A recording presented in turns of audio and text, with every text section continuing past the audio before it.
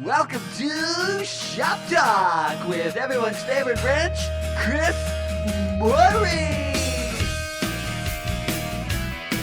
Shop Talk is sponsored by Ironclad, your source for performance workwear and proud sponsor of the Ironclad cycling team. So Chris, what's the difference between a cross bike and say a road bike or a mountain bike?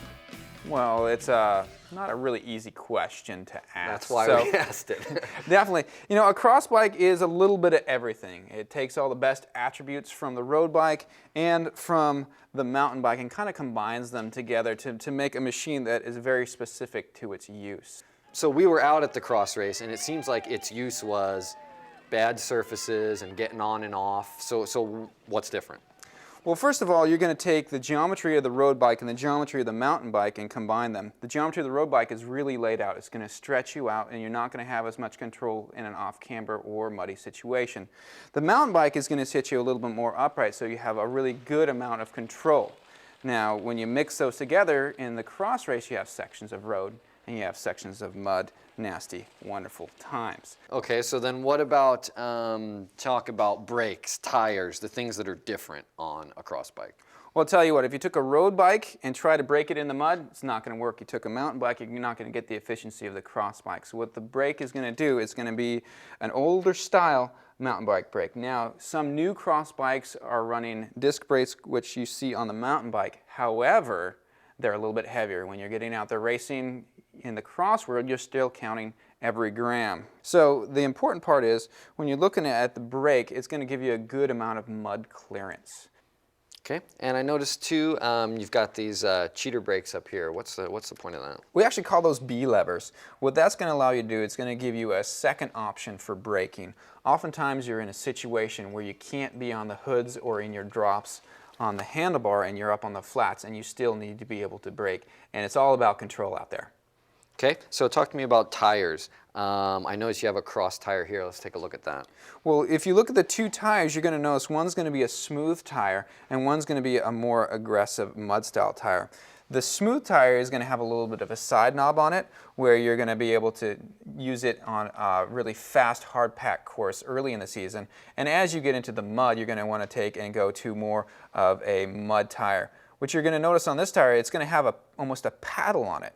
Well, that's to really propel you forward through that mud. It's also going to be a narrower tire than a mountain bike, and this is going to allow you to just drop straight through all that mud and grime down to the hard pack where the traction is. If you also notice there's a bit of a side lug here, well, I tell you what, if you come and cruising through a corner at a high rate of speed, you're going to want that big paddle on the side to be able to give you directional control. This is a really good example of a classic tufo tubular.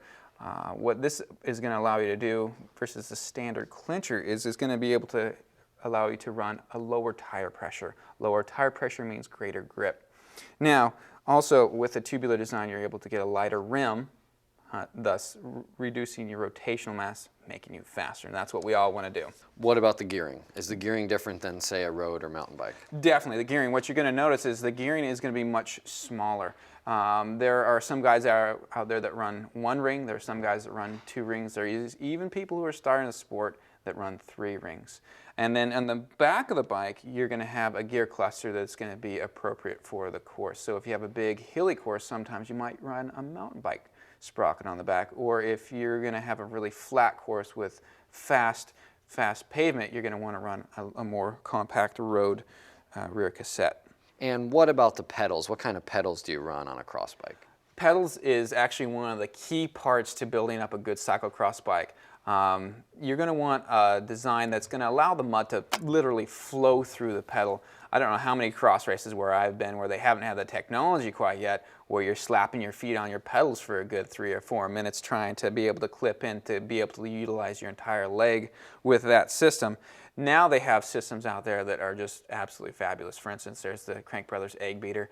The new Shimano design allows for a much better flow through, and then classic time has always been there, and that was one of the staples in the early years of the cross racing scene. So then what about the shoe? I assume you're going to wear more of a mountain shoe so that you can run. I mean, you'd be hardcore if you could do it in road shoes. So the mountain bike shoe, unlike a road shoe, is going to give you traction. It also is going to give you the added benefit of a little bit of flexibility. In cross race, you're on the bike, you're off the bike, you're everywhere, and you need a shoe that's going to be able to handle the rigors of the environment. The other thing that you're going to notice on the mountain bike shoe, it is going to have a lug, and even some come with toe spikes, so those really steep run-ups that just make your legs burn and your lungs scream, they're going to be able to give you the traction to get to the top of that hill. I've been there, Chris. So at the race, we talked to Chris Brandt, and he mentioned that cyclocross is a great sport for beginners. If you're a beginner and you're buying a bike, what do you look for? Well, what you're going to look for is, the first and foremost, is just get a cross bike. It's already going to become pre-assembled, pre-packaged with all the right components on it. The second thing is you want to make sure you get a bike that fits. If you don't get a bike that fits, you're not going to have as much control. You're not going to feel as comfortable on the bike. And, well, I tell you what, when you're going over those barriers at 20 miles an hour, you want to have a very confident feeling in your machine as well as your equipment. Well, Chris, thanks a lot for joining us. Are you going to race cross at all this year, or are you just going to sit on the couch? I was just wondering about that. Well, you know, I'm one of those off-the-couch racers. You know, every once in a while when I don't have to work here at the shop or I don't have some personal things that I have to deal with, I like to get out there and get muddy. And the nice thing is it's only 45 minutes to an hour of fun racing excitement. So you can usually suffer through it if you have a little bit of fitness or even if you're just getting into it.